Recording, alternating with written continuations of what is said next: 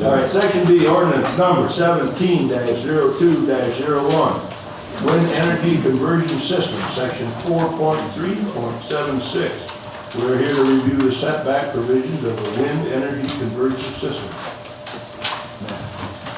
Actually, Mr. Chair, I'll take this one. As before, we provide you the memo showing you what the original language is regarding setbacks or whatever particular subject that we're dealing with.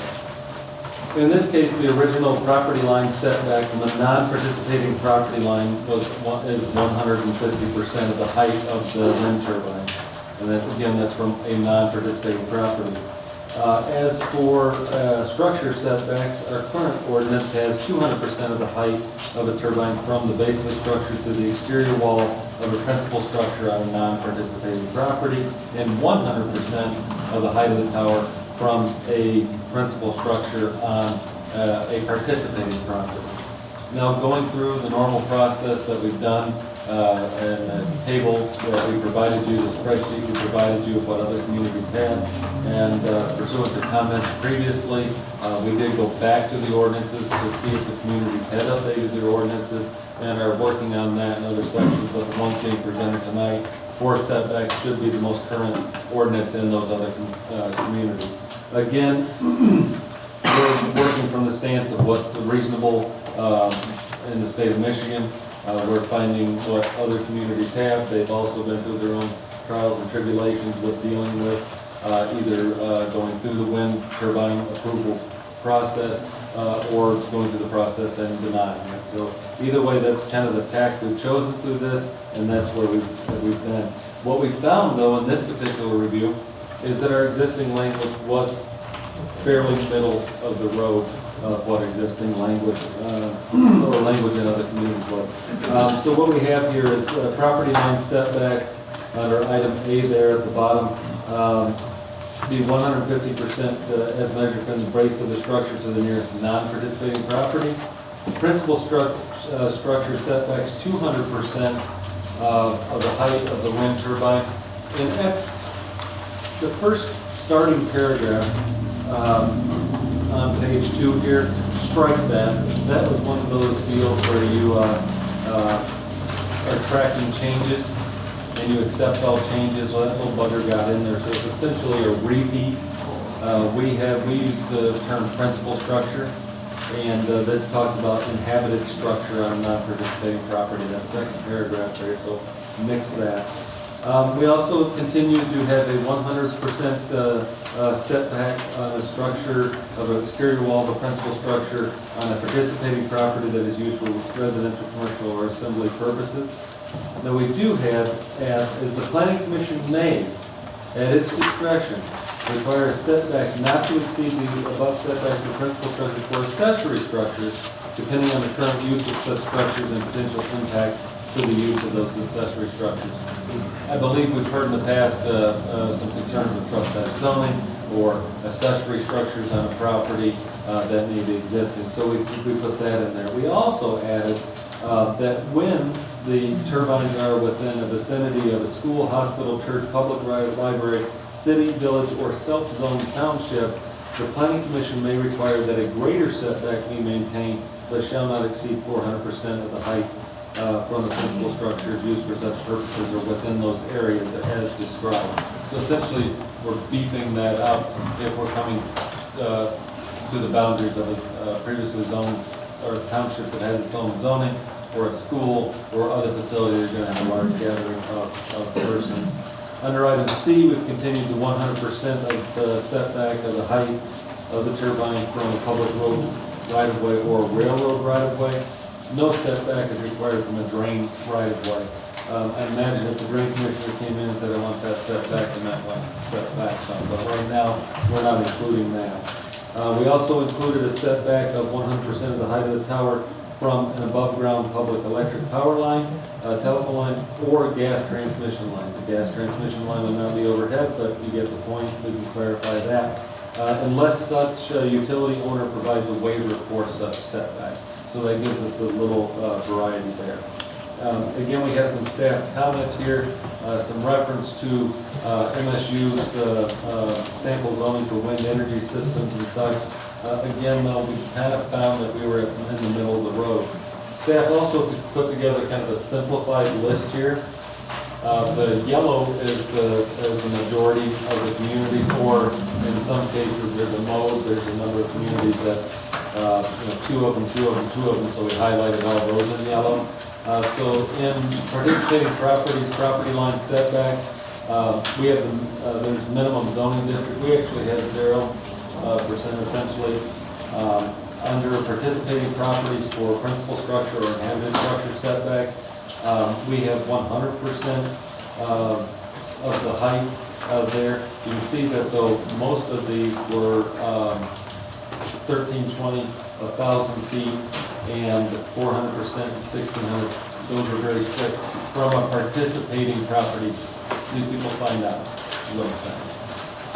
Then you move to the second one, 150% was fairly consistent with 9 of the other communities that we reviewed. Structure setbacks on non-participating, again, there's an Al Carrot one there, but mostly 200%, there's 110, 400, 500, and then it goes to the other, just by feet alone. If we're looking at 500 to 600 foot towers, depending on what our ordinance shapes out to be, we're looking at 1,000 to 1,200 feet away from a principal structure on a non-participating property. Again, on public right-of-way, we fall fairly in the middle of the ground, middle of the road, and that's what we have tonight. We will continue to listen to the public, listen to the comments, listen to the board discussion as we move through this. We are getting very close to summarizing this as far as the staff recommendation. The next thing we'll be working on is the decommissioning plans and such, and any of the enforcement issues. But we're getting close, folks, for us to come back with our recommendation. Does that recommendation mean much? No, because you're going to have more discussion on it. You all have your individual feeling, and you're listening to the public as well as what staff is kind of giving you as what we define as a reasonable standard. Thank you. Thank you. Yes, sir. Really simple question. What's the definition of height of the tower? From the base of the tower where it's affixed to the foundation, to the tallest point of the blade at a vertical position. So the tallest. Tip of the blade. Yep. As high as it can go. Yep. So if they said that 400 feet, it was from the land to the highest top of the blade, or pointed straight up, or 600. I have a question under the structure setbacks, under the original language, under section B, having to do with the exterior wall of the principal structure on a non-participating parcel that's currently used for residential. What happens when a non-participating parcel decides to build a barn or something, say a year after the tower is installed? Are we going to move the tower? No, can't go with the blade. And permit the issue for the non-participating property based on setbacks or standard in the ordinance for that. Right, okay, all right. Okay, so it's the existence at the time the turbine is installed. Any comment from the public? Hearing none? Yes, sir, go ahead. You'll have to excuse me. I asked. Tim Regal, 9674 Captain in Fairfield Township. Based on what Ms. Reno just said, what you're suggesting is that I'm going to have to go for a special use permit to put any other type of structure in the area here? It's not, Okay, I misunderstood that that.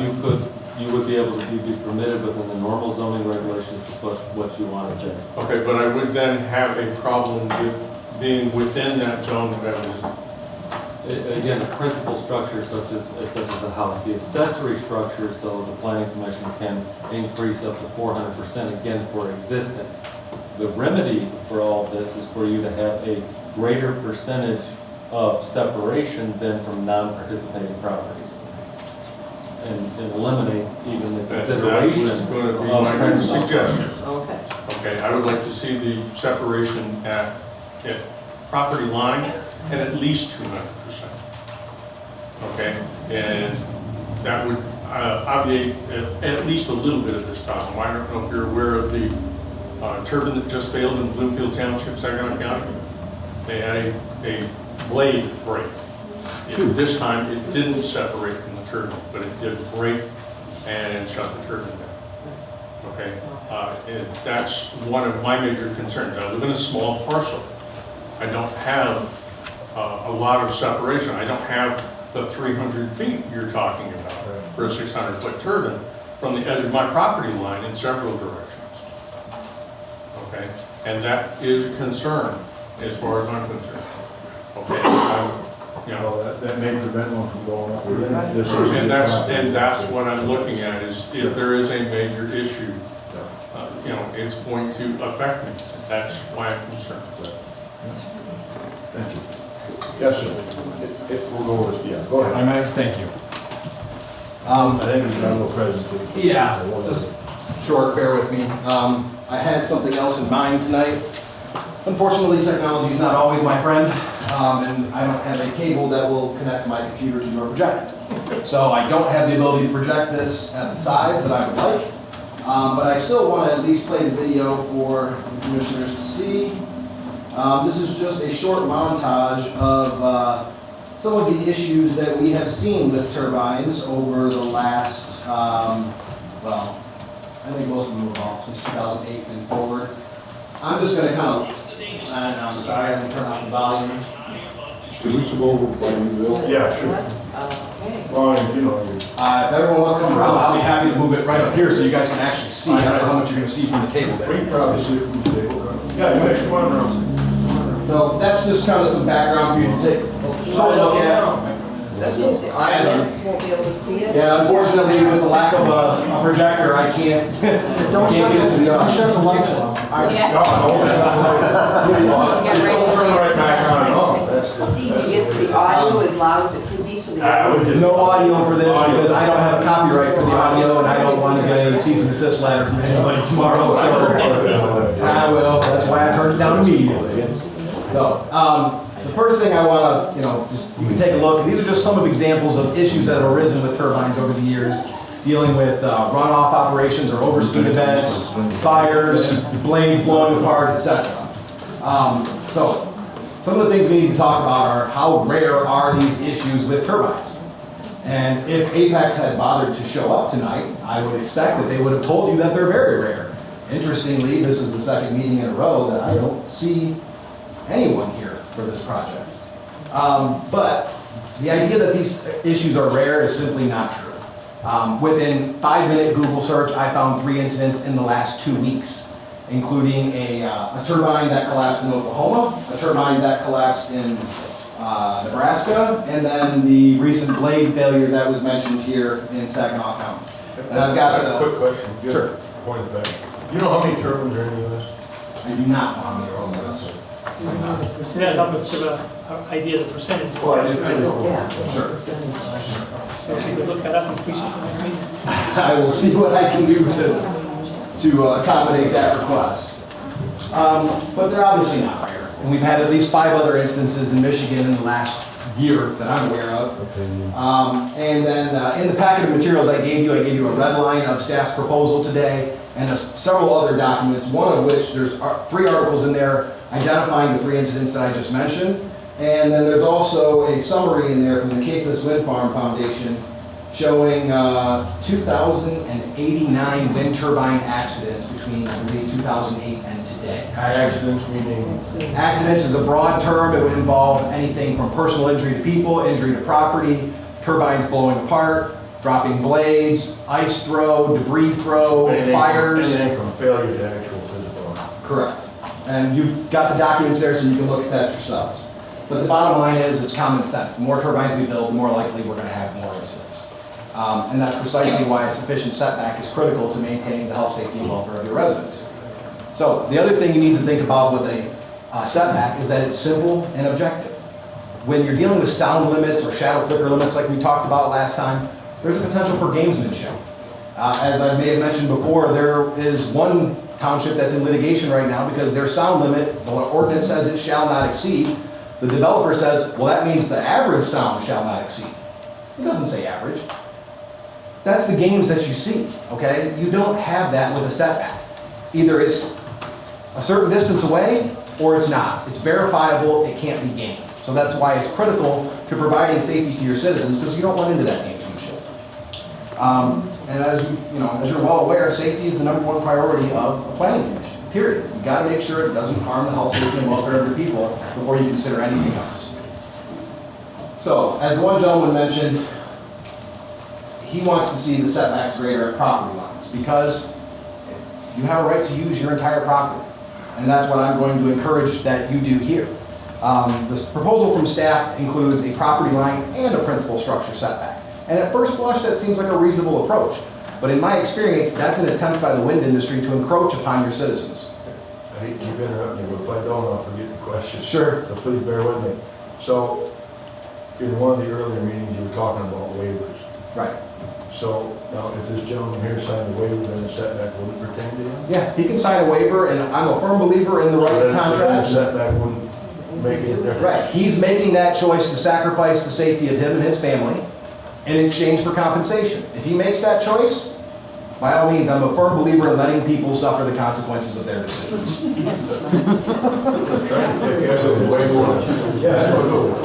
But see, we're supposed to look out for everybody's safety. Well, So I just had a question. Go ahead. sure. So, as I said, it's a bit of a smoke screen to try to really get an uncompensated safety easement over the non-participating parcel, while they know that there's a safety requirement, a safety zone that needs to be created, and they want to take part of the neighbor's land to do so without compensation. So, as we discussed before too, when dealing with shadow flicker, etc., these people have a right to use their entire property. They shouldn't be trapped inside their homes. So a setback needs to make sure that their kids can go out and play in the yard. They shouldn't be forced to live in fear because of the neighbor's turbine, that their kids are going to be hit with a turbine blade or a piece of burning blade or toxic smoke. So it's incumbent upon you to make sure that the setbacks are sufficient from the non-participating property line to protect that owner's rights to use their property as they see fit, so long as they're not impacting their neighbors. The other thing that was mentioned is future development, and I'm going to have to respectfully disagree with Mr. Preston. He's indicated that you could build a secondary building or another house on the property and have it be within the physical setback limit.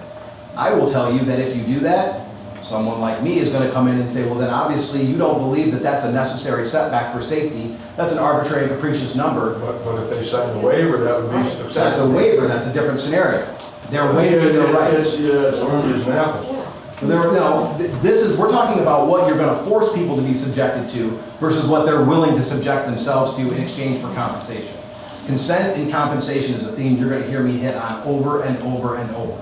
And the key here is to make sure that if people want to accept this, if they're going to consent to it, they're likely going to get compensation for that, but they shouldn't be forced to deal with it for nothing. So the other thing that you need to understand is if you do have a principal setback or principal structure setback, you're basically saying, pause. We will have no further development in this area, period. We won't build any more houses here. We won't build any factories here. We won't build any gas stations, restaurants, wedding venues like the gentleman mentioned. None of that will be permitted now because it's going to be too close to a turbine. And as you mentioned, ma'am, they're certainly not going to move the turbine. So that's why it's critical to make sure your setbacks are from the non-participating property line. So now let's talk about what's the right distance. How far do we need to be away?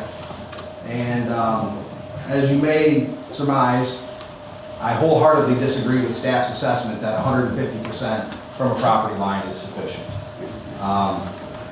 It's simply not. What do you think is a sufficient distance for health? Well, what I'm going to recommend is you adopt the 400%. And if you'll allow me a minute to explain, I'd be happy to do so. So how far do turbines throw debris? There have been 370 documented separate instances of blade failure, not including the 3 that I mentioned here earlier today. Some of those involved pieces of blade that penetrated roofs or walls. Some of them hit people. We have an article in your packet there that has documented debris throw in Ohio of over 1,000 feet.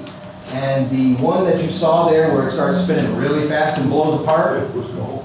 that was, according to the video, that was documented to throw debris in excess of a half mile. And so 900 feet is woefully insufficient. And that doesn't even address the toxic smoke. I mean, you've seen the fire videos. Look at that coming out of there. How far do you think that's going to travel? I mean, that really needs to be addressed. And as I'm sure Apex will tell you if they were here, or your fire department can tell you, if one of these catches on fire, there's no plan to put it out. There's no equipment that exists. The technology doesn't exist to get 400 feet in the air to put it out. The plan is set back and watch it burn. And all that toxic smoke and everything else is going to be dumped on your citizens. Yes, sir. You keep mentioning the word toxic. How do you know? How do I know? Yeah. You're burning carbon fiber and oil. That's pretty clear that that's toxic. Yeah, okay, go on. So, Don't have to agree, but go on. the next question you need to ask yourselves is there a scientific method to determine this? Has the scientists sat down and figured out how far are these going to go? What do we do to this? Is there a formula? And actually, there's a Rutgers University professor, Terry Matilsky, who's researched the issue and written an article that I provided to you today in your packet, that does the math on what a setback should be. Now, I'm going to tell you, I took math for liberal arts. I am not going to try to explain that formula to you. I don't claim to have a firm understanding of the math behind it. I can only presume that Professor Matilsky does. But when you look at his article, he is saying for a turbine with a 350-foot hub height, that it will throw debris up to 1,700 feet. So if we're looking at a 600-foot tall turbine with a higher hub height and longer blades, logic says it's going to extend that safety zone even farther than the 1,700 feet that Professor Matilsky has noted. I thought the turbines, as it went higher, they use the same size blades, they just raised the hub up. No, some of them use longer blades as well. And some of them have kept the same hub height and added longer blades also to try to generate more energy. So it depends on what particular wind developer wants to use. Again, Apex isn't here, so we can't say what they want to do. But I want to urge you, when you're thinking about your ordinance, don't tailor it to one particular wind developer or one project, because you don't know who's coming in next. You don't know if DTE or Consumers is going to contact you, or NextEra or Exelon, whoever it might be. So you need to make sure you've got an ordinance that's going to address every project that comes your way, not just what some wind developer may promise. So we talked about science, we talked about the evidence of how far it's been thrown. What do the turbine manufacturers themselves say? So in the documents that I've given you are some excerpts from the safety manuals from Nordex and Vestas, two of the major turbine manufacturers. I have the full document and I'll gladly provide it to you upon request, but it's well over 200 pages and I think you guys have been buried enough in documents so far. So, but if you look at it, Vestas says in a runaway operation, if a runaway operation should occur, such as the one that you saw in the video, the plant must be evacuated by running upwind, and access to the surrounding area in a radius of at least 500 meters must be restricted. 500 meters is about 1,640 feet. Similarly, Nordex says, in case of a fire, nobody is permitted within a radius of 500 meters to the turbine. Interestingly, both of those coincide with what Professor Matilsky told us, that it's roughly 1,700 feet. So we've got some coordination going on here. We've got some, some people that are agreeing on this that may not necessarily be inclined to do so.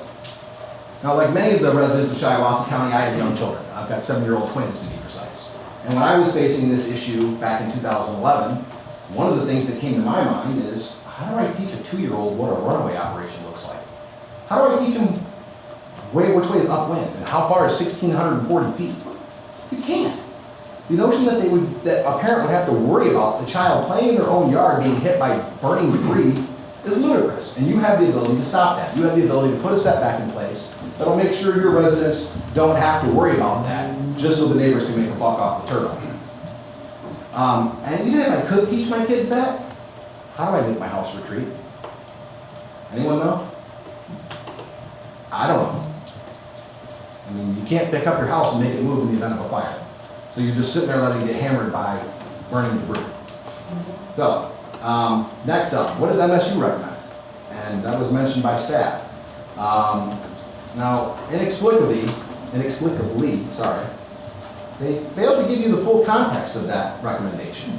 And it did include a statement in there about a 1.5, but what they didn't give you, and what I provided to you today, says an option to consider for setbacks is to have a menu approach with a range of options. An example would be 500 meters to 1,000 meters. A community may be homogeneous and in support of the project, such as all farmers and large landholders, and developers that have worked well with the landowners, including compensation and inclusiveness. In that case, 1,640 foot or less may be fine. In other areas where the community is diverse in interests, beliefs, reasons for living in rural areas, etc., then 3,280 foot setback may be more appropriate. Now, as you see here tonight, this community is not homogeneous in its support of this project. In fact, you've seen very little public support for the project. So I would say that your setback needs to be geared towards what the public is asking and what you know in your heart is needed to protect them, not a short setback distance, because this project is clearly not being well accepted by the community. The other thing I want to address is staff points to 13 locations around Michigan that have adopted similar provisions. But 9 of those 13 were adopted 6 or more years ago. In this industry, that's like 100 years ago. We didn't have much in the way of wind development then. A lot has changed in the last 6 years. You need to take that into account. You need to take into account the experience that your other Michiganders have had in dealing with these issues. When you look at what else is going on there, of those 4 that are remaining, 2 of those actually have principal structure setbacks of 1,500 feet or more. So there's only 2 of the 13 that would have a setback that has been recently adopted and is as short as what staff is recommending. And so with that being said, I firmly believe that a 200% setback from the property line is woefully insufficient. And it's not consistent with what the trend is around the state of Michigan. There are much more restrictive setbacks being enacted in Marion Township, Marlette Township, Moore Township, Argyle Township, Bridgehampton Township, Sand Beach Township, Denmark Township, Mason County. If you look at what's going on and what the more recent trend is, it's for much larger setbacks, not what went on back in 2010, 2011. So the one thing I will agree with firmly is that staff has recommended a multiplier effect, not just naming a certain number of feet, but a multiplier based upon the height. And I think that's important because, as we've seen, in just 5 years, turbines have went from roughly 300 feet up to 600 feet. And you're going to likely see an increase in size over time. You don't want to be back in here doing this again in a couple of years when somebody comes up with an 800-foot turbine or a 900-foot turbine. So if you use a multiplier effect, that's going to prevent you from having to revisit this issue. When they build a bigger turbine, they're just going to have to deal with a bigger setback. As mentioned, like I said, I would propose that you do a 400%, as was recommended, as a possibility by staff for dealing with urban residents, dealing with schools, churches, libraries, etc. And one of the things that I will also point out, those people, your rural residents deserve the same protection as your urban residents. They deserve the same protections as the students at the school, the patrons at the library, or the parishioners in church. There's no reason to treat them less than what you're treating these other residents. And frankly, I think you're possibly subject to an equal protection claim if you do. So I would encourage you to treat all of your citizens the same, give them all that 400% setback from their property lines, and make sure they've got the necessary safety zone to protect their families. Thank you. Any questions? One question. Sure.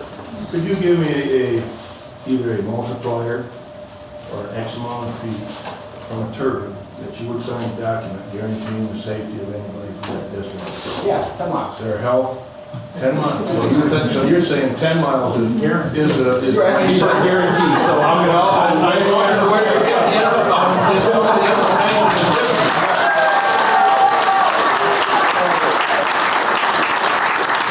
That's based on what? That's not based on any information. That's based upon the 2-kilometer setbacks that have been adopted elsewhere, 2-mile setback that's been adopted in California. You'll also see throughout Europe there are 2-kilometer setbacks. Those are right now basically sufficient to make sure you're not going to get hit by debris. You're not going to be hit with low frequency. That's my curiosity is I know of those setbacks, so the 2 kilometers in Australia and all that. And that's why I'm wondering why you're proposing this here at such a less distance. That's, I mean, that just is curious to me, because we're talking about the health, safety, and welfare of the public, but yet knowing those other ones exist, you're suggesting even closer. Well, what I'm suggesting is something that I think has a reasonable chance of being adopted by the planning commission. I don't suspect that there's much chance that anyone would adopt a 2-kilometer or 2-mile setback, because I suspect that Mr. Preston would tell you that you are way out on a very small branch, on a very weak tree, because no one else in the state of Michigan has done that. And since there seems to be a concern about making sure That's you're your assumption within the on herd, your part. that's correct. But since there seems to be a concern of not getting too far out on a limb and not getting too far away from the herd, this allows you to stay close to the herd and still provide protection to your deer. So you're good. Okay, thank you. Accusation. So the main problem is non-participating property. He wants a larger setback for non-participating properties, not the property owner. Correct. The people who sign up for this, who voluntarily say, I want a turbine and I'll deal with the consequences of it, have at it. Let them do what they want to do to their families and their property. Which we Don't let them- represent as well. Don't let them force that upon their neighbors. I see what you're saying. Okay. So, as I mentioned before, there's a quote from Oliver Wendell Holmes that I love, that, my right to swing my fist ends where your face begins. The same thing applies with turbines. Their right to put up a turbine on their property ends at my property line, and they don't have a right to project that onto my property. And that's what you need to protect. Okay, thank you. Yes, sir. Can we, before you go forward, I guess I come here again just to kind of explain some of the happenings in Clinton County and the process they went through to arrive at their 4 times the height distance that they currently have. But I would like to reiterate what the gentleman which we were just discussing there. You don't want to repeat a lot of stuff. No, I'm going to add to it, actually. You were asking him, why don't you ask for 1 mile or 2 miles or 10 or whatever it may be. We actually, as citizens and even the townships there in Clinton County, asked for 3,000-foot setbacks. When you start asking for those kind of numbers back then, when 1,000 was normal, they look at you like you're crazy. And then they won't listen to you again. When you start asking for 40 decibels, nighttime noise limits, they look at you like you're crazy and that you're just trying to zone them out instead of asking for safety. But lo and behold, along comes MSU now, and they are recommending exactly what REMEC had recommended to our board from the beginning. I just like to make that point. But anyway, as far as what happened in Clinton County, they originally established a 1,250-foot setback after a long discussion, and then that was when the company was proposing about 320-foot turbines. And then when the company was coming back, they realized that they were going to be placing 400-footers instead. And they were requested, and they reopened the ordinance to address this issue, that it was more than what they anticipated. And after seeing the information from Vestas and the industry, and looking at the differences, what they did originally, they realized that 4 times the height was about where they were at anyway, so they changed it to 4 times the height, which, I agreed. I did not necessarily agree with then, but it was about all you were going to get out of it, and it was all you could back up with industry information and research. While there were many people that were saying more is necessary, that 1,600 was all you could legitimately back up, and but their mistake was they placed it at the home rather than the property line. And again, you've gotten into all of that. And understanding that they have to retreat beyond that. The way you have it set up now, the only question, I guess, that you would have to ask is, are you going to require them to knock on the door as they go running past the house to retreat 1,600 feet instead of the 800 or 1,000 foot that you require? And if you only place it at the house rather than the property line, are they, again, evacuate the children from the yard? A couple items here on your zoning ordinance, I guess I'll get into here quickly. You allow for a 400% increase around schools, hospitals, churches, public libraries. When Dallas Township first addressed that issue, and they currently have 4 times the height limit from the property line. But when they first got into it and addressed that, that was put in front of them, and that question was posed to them. Are you going to have a further distance, a longer distance around schools and churches and such?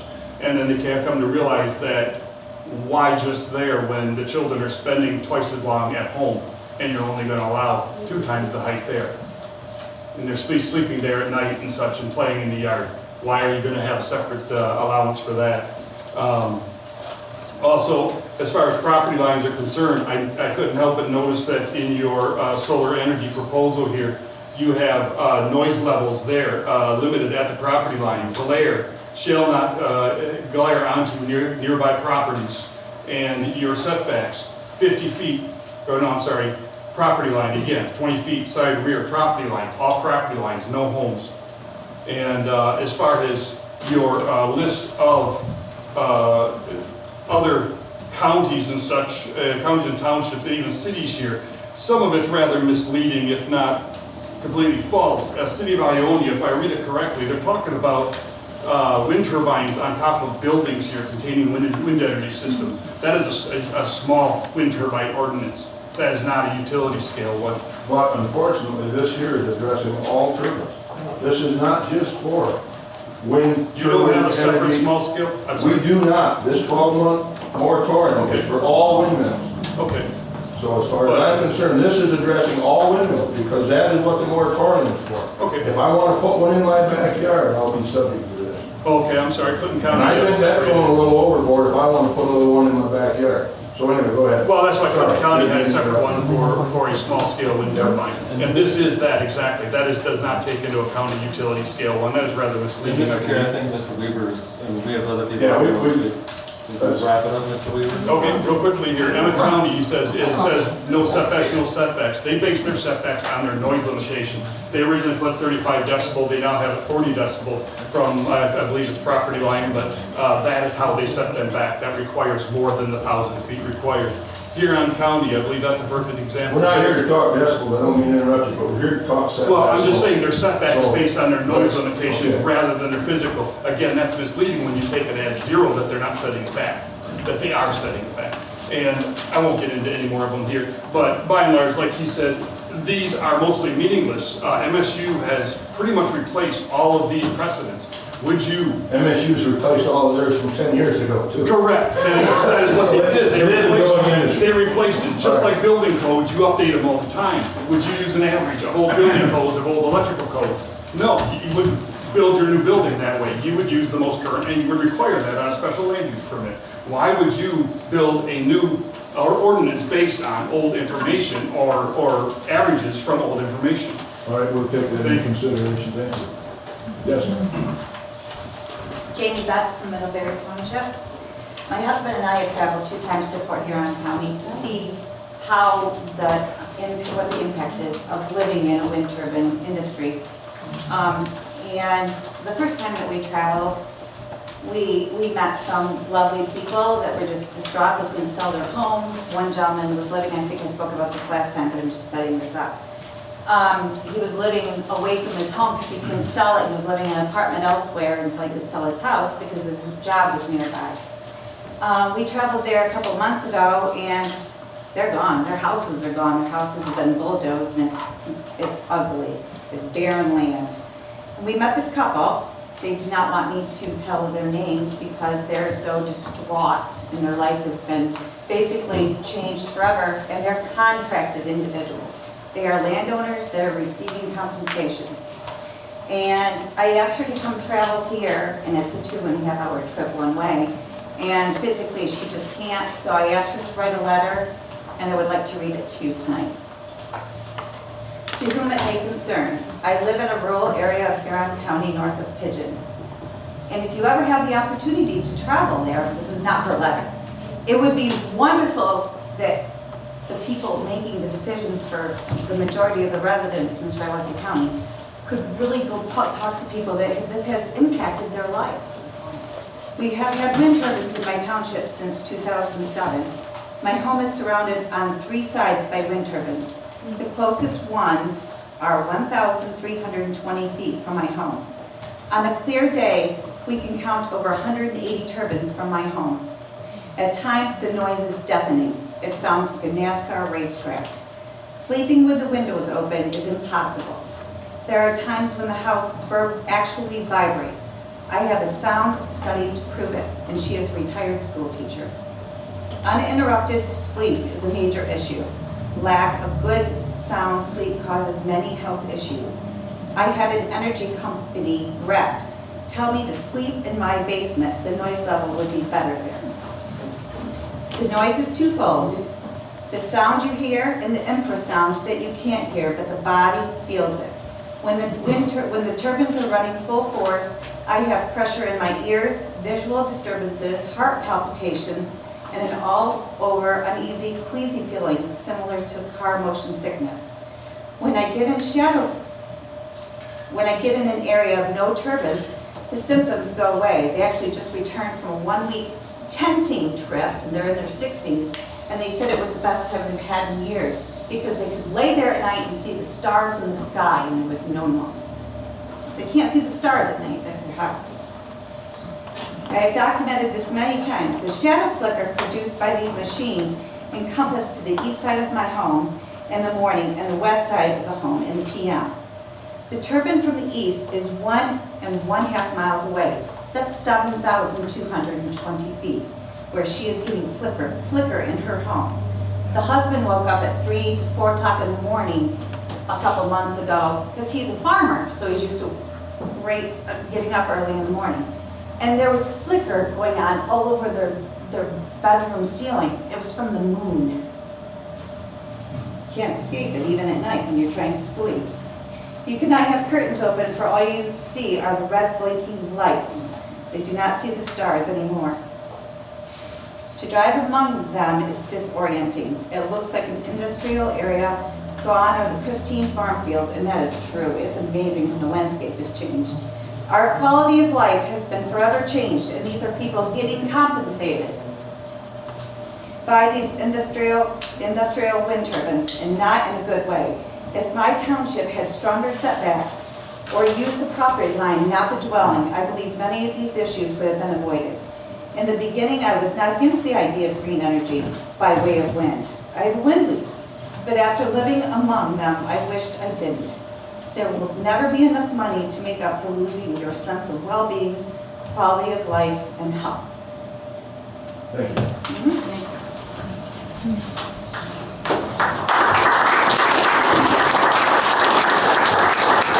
Anyone else like to speak on this?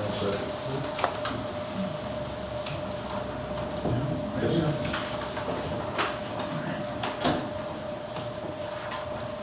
Got some handouts here. Oh, which way to go first here with this? Let's do this first. If you would, as soon as you get these, just look at the top 3 first. You're gonna look at all of them, I know, but just focus on the top 3. You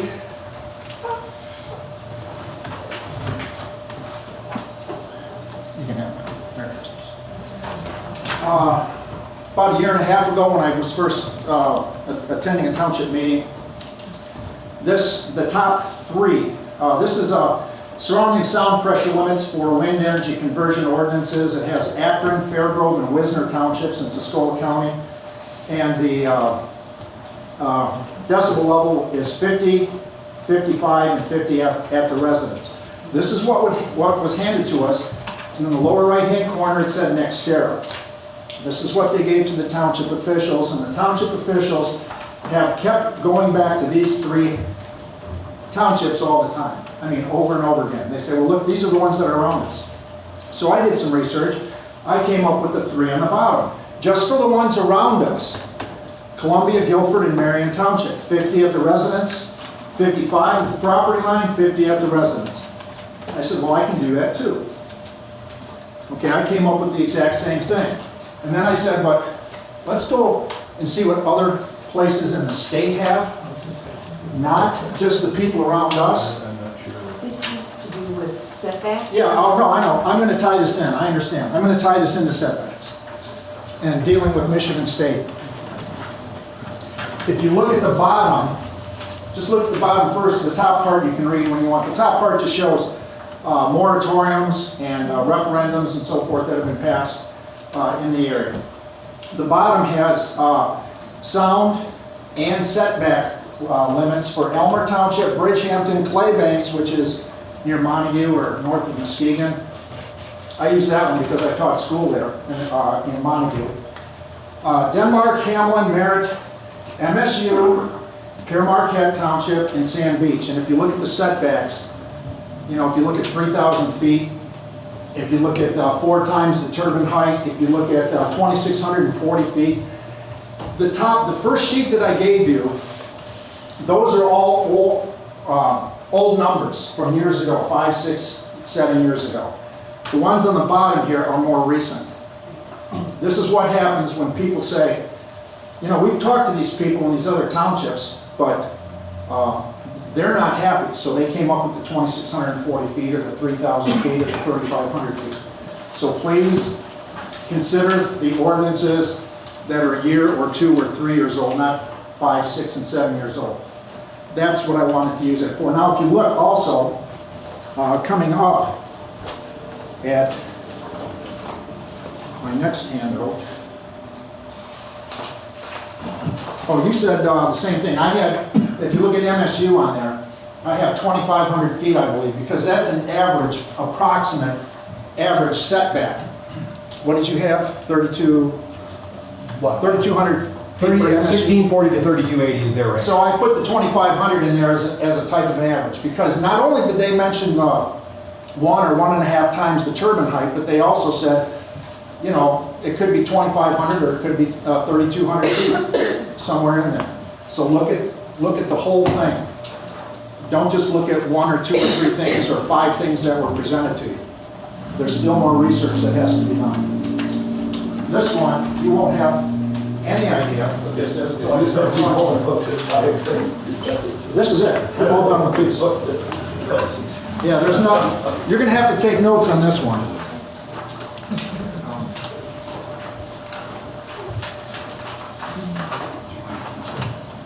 Pass that around, give a couple. Well, I need one. I need one.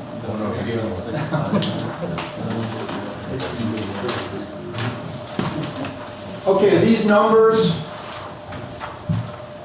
it just says 1900, number 1. I just have a series of numbers here. I know what these numbers are. Some of you will when you hear them. 1900, they had a vote in Huron County. Huron County has more wind turbines than the rest of the state combined. They had a vote May 2nd. 1,900 people said enough is enough. We don't want any more. 1,100 people said, yeah, let's put them in. 5-1 is Sand Beach Township in Huron County. They said, no, we don't want them in 5-1. I got to interrupt you for a minute. Go ahead. We're here to talk about setbacks. Okay. We're not here to talk about the votes in the different areas. We Okay. realize that those white votes may have been because of the turbine and everything else, but we're here to talk about the setbacks. So Okay. Try to focus on All right, that. that's good. Then that other those other sheets that I gave you are going to be fine. All right? Okay, thank you. Yep, thank you. Anyone else like to speak on the subject? Yes, ma'am. Just starting from the beginning, I found it annoying that it was all started without any input from the people. Well, you're wrong there, because when this wind ordinance, the one that we have, originally now was first set out, it was set out to all the townships for their 60-day review. And we took the information that came back to us, and this is where the ordinance that we currently have came from. So you can't say that it wasn't given, I don't want to, pardon? About turbines? Yes. It You was- see, what happens, unfortunately, Before it blew up over our area. it was sent to every township. When the original wind ordinance, the wind energy ordinance was made, it was sent out to every township in this county for review. Okay, but it didn't come to the people. Well, unfortunately, most people don't go to their township meetings every month. And so maybe they don't find out everything that's going on. And that's a sad situation, but that's how it is. So, Well, anyway, I just feel like it came and nobody knew about it, and now it's starting, right. and you're actually talking about heights, and based on Well, I can understand how these you numbers, feel. we don't even know how tall the things are. How do you figure out setbacks as part of? The height times a certain amount or whatever you Yeah, but we consider. don't have a height. We never Well, that's recommended a height yet, have we? Sort of built into it. If it's this height, it's going to be set back this far. Did we make a recommendation about height? We're going through that over this study that we're doing now. I know, at the end of the survey. I didn't think we recommended yet a height. Last meeting on to, you were still talking about heights. And we are. We listened, staff presented some information, planning commission discussed it, we heard from the public.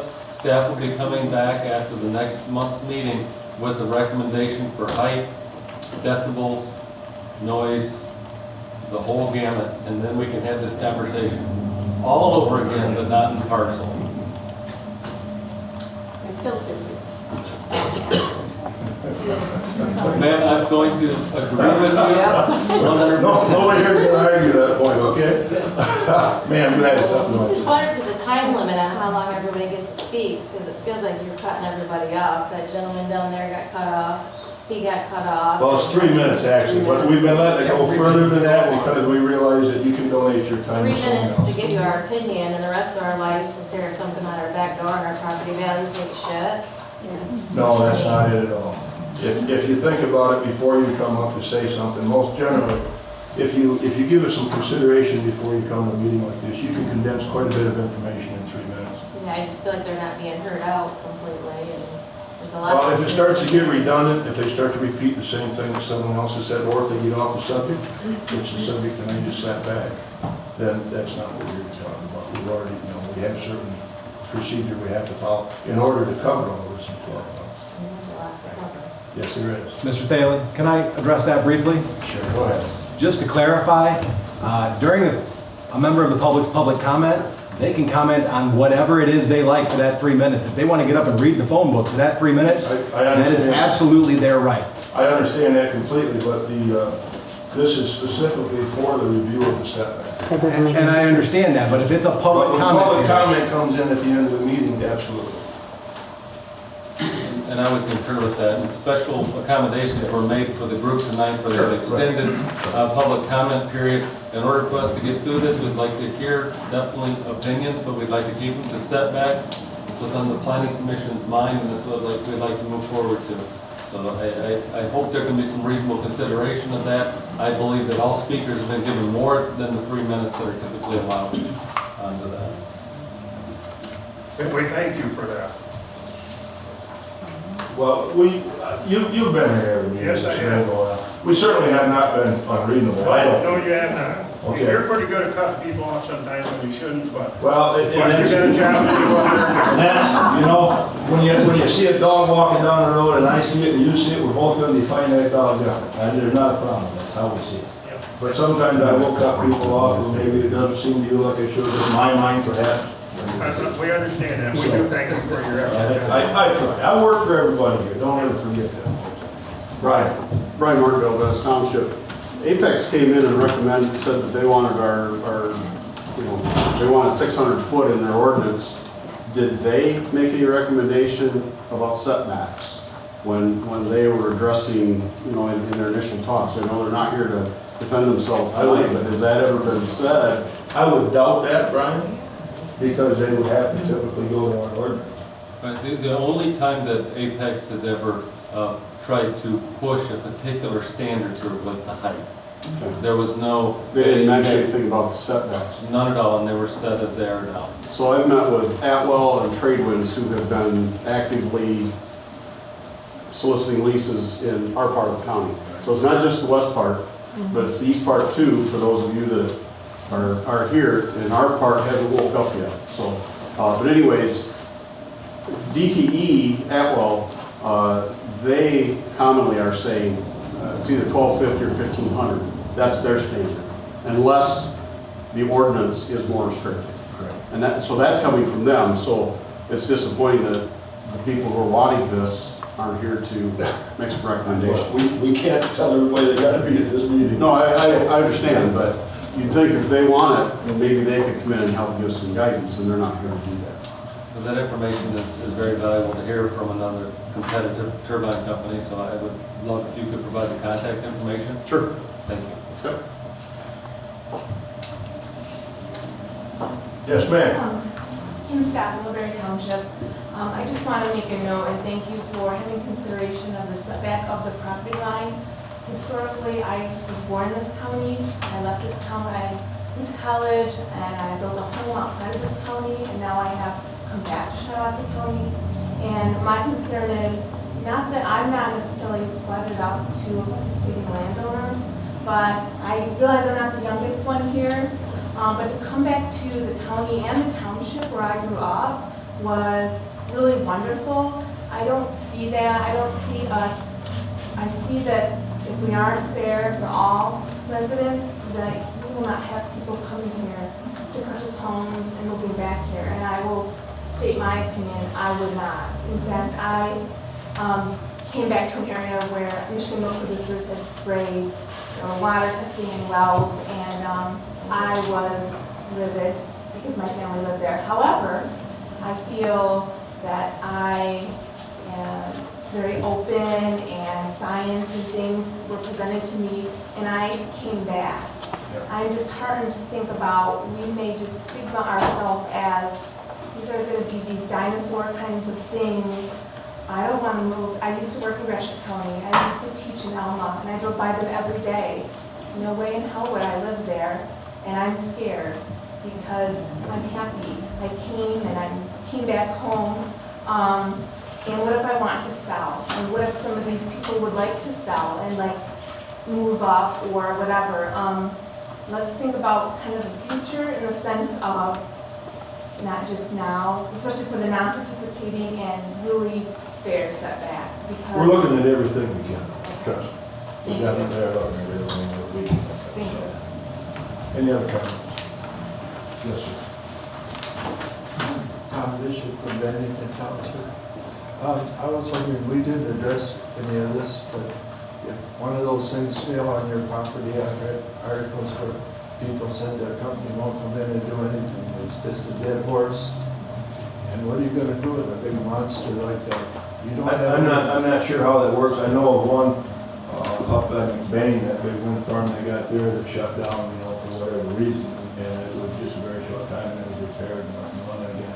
But that doesn't mean that every company's gonna do that. No more than if your farmer's got a piece of equipment that broke down, and leave it out there for 5 weeks or anybody else, Depends on, but I believe there is some ordinances in there.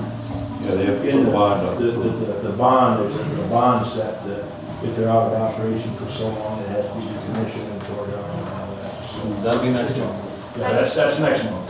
But we'll get there. We're trying to look at everything on that we can. It takes time. So. I have a quick question. I think you addressed it earlier, but I want to make sure I understand. Right ahead. Okay. So If the setback is from the dwelling and I don't potentially have a pole barn or a barn on the very edge of my property, and the wind turbine were to come close, could I still build? your pole barn within the regular setbacks of the edge of your property line. Because it's an accessory building. Am I right on that? I mean, is that correct? I mean, but if it's a safety ordinance, I guess, or if a new homeowner were to come in and say, I need this or I want this. You still can build the same, you wouldn't be able to build a new house if I'm correct. No. But accessory building, you can still put what you want. What we were looking at right now and was addressed by the presenter earlier is that, his claim is that you would not be able to do that. So that's part of this public comment thing. We hear back, we hear opinions, we hear essentially opposing counsel to provide us that information. We'll definitely look into it. It's been noted, and we'll be able to better answer that question in the future. This will all, when we go look at all this, we're gonna try to draw something up that looks like it's a reasonable fit. And that's what we do here when we come up with our, so we try to make it that reasonably fits the community that we have also. And then that will once again be put out to the public and then be discussed some more. So we're going ways from being into this. Yes, sir. Mr. Chair, first off, I want to make it clear, we did not in Fairfield Township get anything on your last ordinance that you passed. I think that's been mentioned in the past.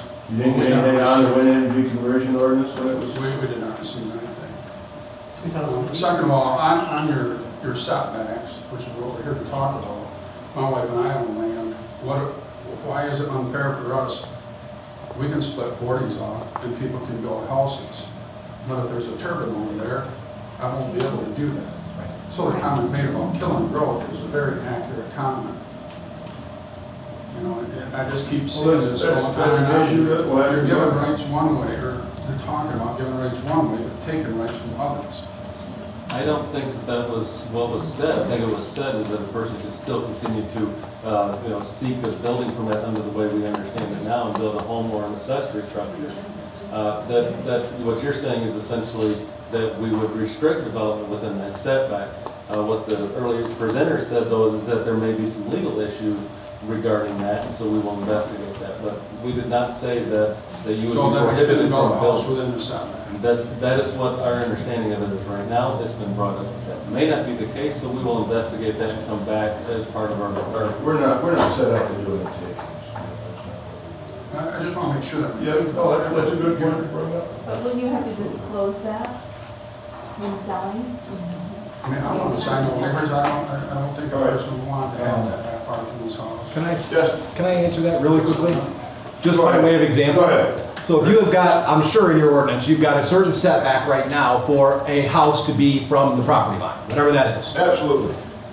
Now say I want to split that parcel, and in so splitting it, my house is now going to be less than that setback. Are you going to allow that? No, you're going to say you don't meet the setback requirements. This is the same principle. Why would you allow someone to build a house closer to the turbine, which you determined is necessary for safety?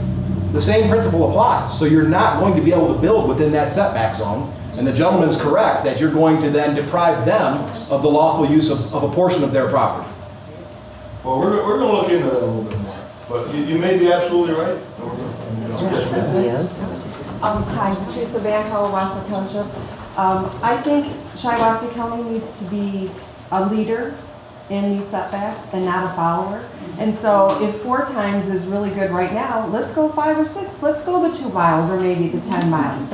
Why do we have to follow what other counties are doing? We should be progressive because who knows how tall these things may be in the future. Well, and I have to agree that we don't have to follow whatever everybody else is doing, but like the young gentleman said here, we try to go within reasonable distances that everybody else seems to be comfortable with at this time. And right now, it seems like the 4 is 4 times. Maybe we should go 5 or 6 just to protect ourselves. Well, we definitely going to be looking into all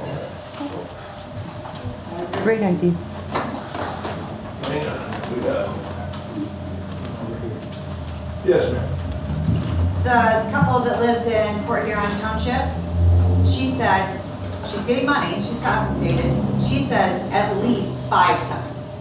And she said 10 miles or 20 miles. And she's getting money. Yeah. And she's lived it since Bill. 2007. I'm sorry. Bill Spike from New Haven Township. I only want to remind you that the zoning enabling ordinance says everything, but you can't make ordinances that are arbitrary or capricious. Much of what we've heard tonight is both. And particularly the gentleman behind me used those terms many times, and yet it was his opinion which is strictly arbitrary. And if you go his suggestion of 10 miles or even 1 mile, basically when we have most of the state divided into 1 mile square sections, that would mean you are totally outlawing turbines. And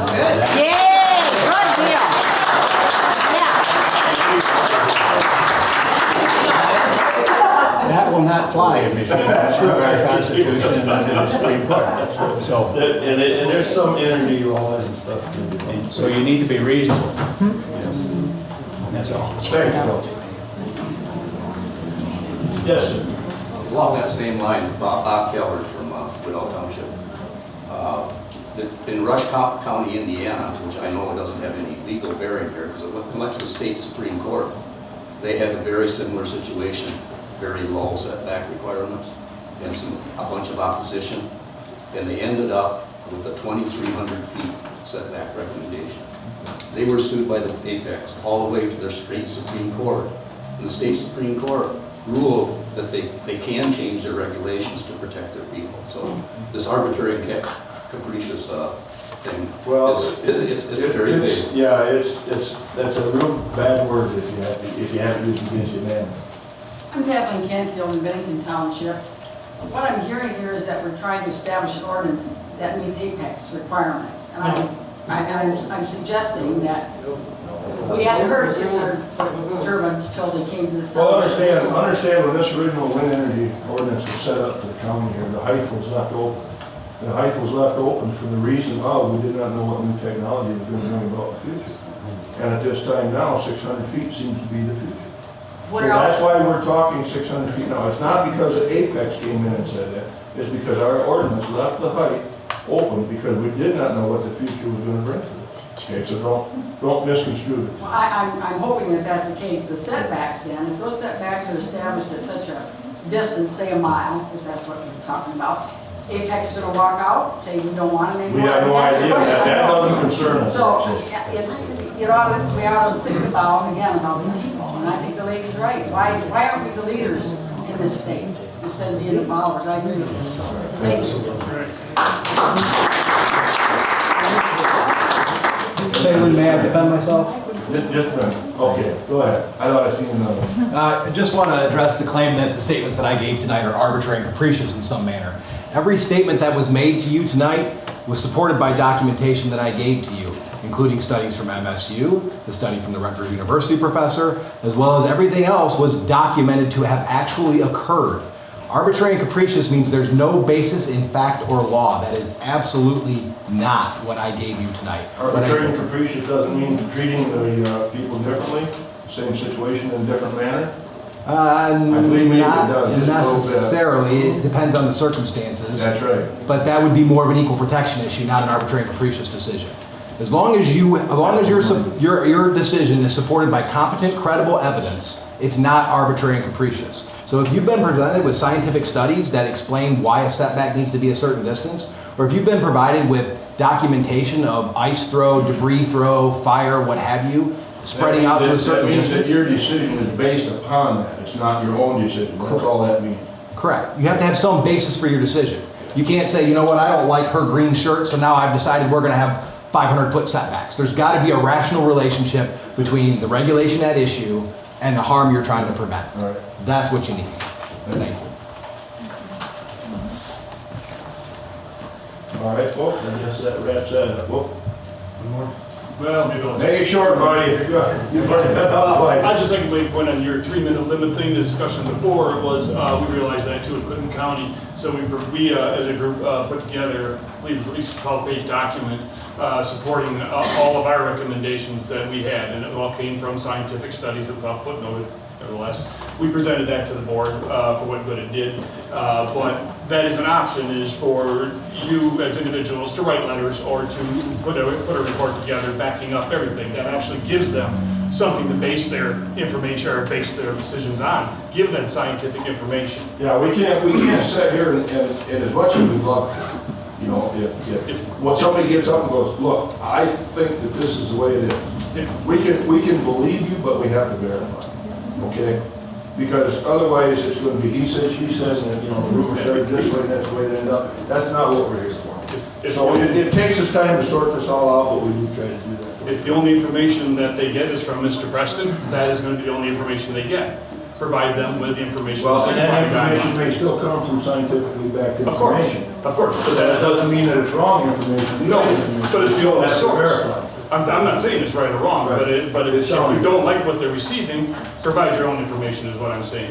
And again, at the MSU report, I'd like to make one point there is, they made the point that poor wind ordinances in the past have been causing the wind industry the biggest problem. If the industry is to survive, and I'm going from memory here, if the industry is to survive in this here state, it needs better setbacks and better safety. Huron County is a perfect example of what happens when they have poor setbacks and the people then react and reject them wholesale.